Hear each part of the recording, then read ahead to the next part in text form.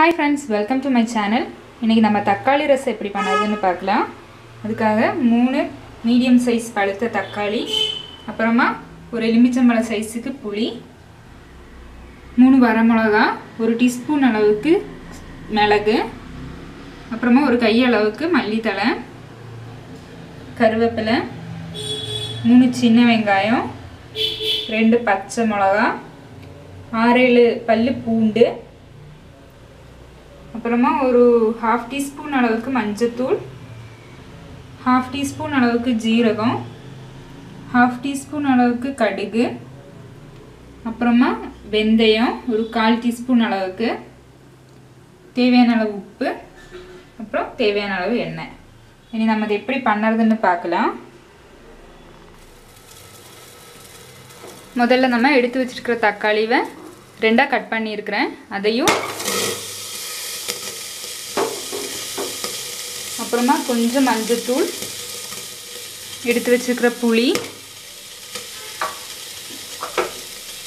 அப்புறமா இதில் வேகிறதுக்கு தேவையான அளவு தண்ணி, விசிலுக்கு விடாமல் இது சும்மா மூடி வச்சு நல்லா வேக வச்சிடலாம். இது நல்லா வேகட்டும். அதுக்கு முன்னாடி ரசத்துக்கு தேவையான மசாலா ரெடி பண்ணிடலாம். பேன் நல்லா சூடாயிருச்சு. நம்ம எடுத்து வச்சிருக்கிற வரமிளகா, அப்புறமா மிளகு அதில் சேர்த்துக்கலாம். அது கூடவே ஜீரகத்தையும் சேர்த்துக்கலாம். இன்னும் 3 நல்லா ஃப்ரை பண்ணி எடுத்துக்கலாம். இது ஓரளவுக்கு நல்லா சூடாயிருச்சு. இது கூடவே நம்ம ஒரு 2 கொத்து அளவுக்கு கருவேப்பிலை சேர்த்துக்கலாம். இதையும் சேர்த்து நல்லா ரோஸ்ட் மாதிரி வறுத்து எடுத்துக்கலாம். இதில் கொஞ்சமாக எண்ணெய் சேர்த்துக்கலாம்.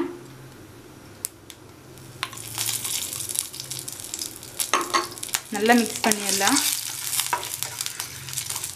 ஃப்ளேம் ஆஃப் பண்ணி ஆறுனதுக்கப்புறம் இதை பொடி பண்ணி எடுத்துக்கலாம்.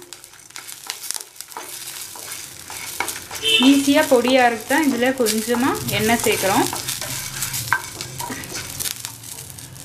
இது ஒரு கல்லில் போட்டு பொடி பண்ணி எடுத்துக்கலாம்.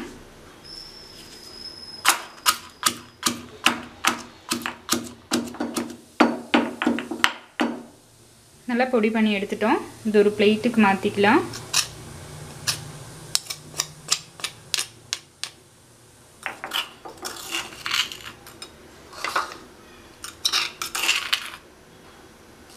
இனி நம்ம எடுத்து வச்சிருக்கிற வெள்ளை வெங்காயத்தை இதே மாதிரி சதைச்சு எடுத்துக்கலாம்.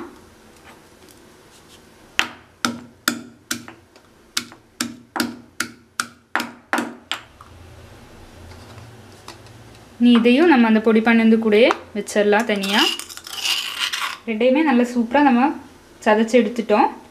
இனி தக்காளி வெந்ததுக்கப்புறம் ரசம் தாளிச்சிக்கலாம். வேக வச்ச தக்காளி புளியும் வேறு பவுலில் மாற்றிட்டேன். இனி இதை ஆறுனதுக்கப்புறம் நல்லா கரைச்சி எடுத்துக்கலாம். நல்லா ஆறிடுச்சு. நல்லா கரைச்சி எடுத்துக்கலாம்.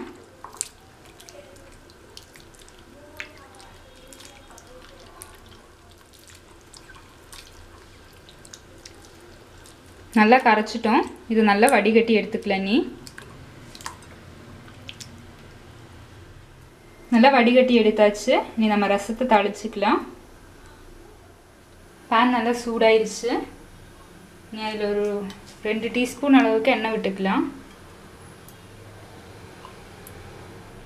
முதல்ல 1/4 டீஸ்பூன் அளவுக்கு வெந்தயம் சேர்த்துக்கலாம்.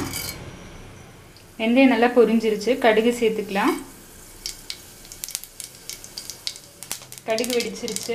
அப்புறமா கட் பண்ணி வச்சுருக்க சின்ன வெங்காயம், பச்சை மிளகாய், கருவேப்பிலை சேர்த்துக்கலாம்.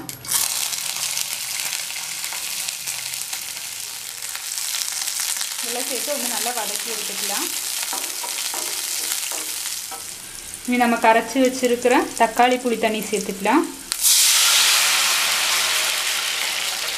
அது கூடவே பொடி பண்ணி வச்சுருக்கிற மசாலாவும் வெள்ளை வெங்காயத்தையும் சேர்த்துக்கலாம். நம்ம ரசத்துக்கு தேவையான அளவு உப்பு சேர்த்துக்கலாம். அதில்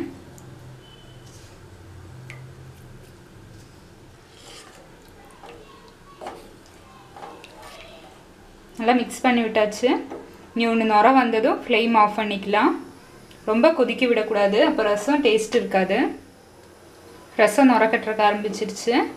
இனி இதில் நம்ம மல்லி இலை தூவி ஃப்ளேம் ஆஃப் பண்ணிக்கலாம். நம்மளோட டேஸ்டி அண்ட் சுவையான ரசம் ரெடி ஆயிடுச்சு. எல்லோரும் ட்ரை பண்ணி பாருங்கள். தேங்க்ஸ்.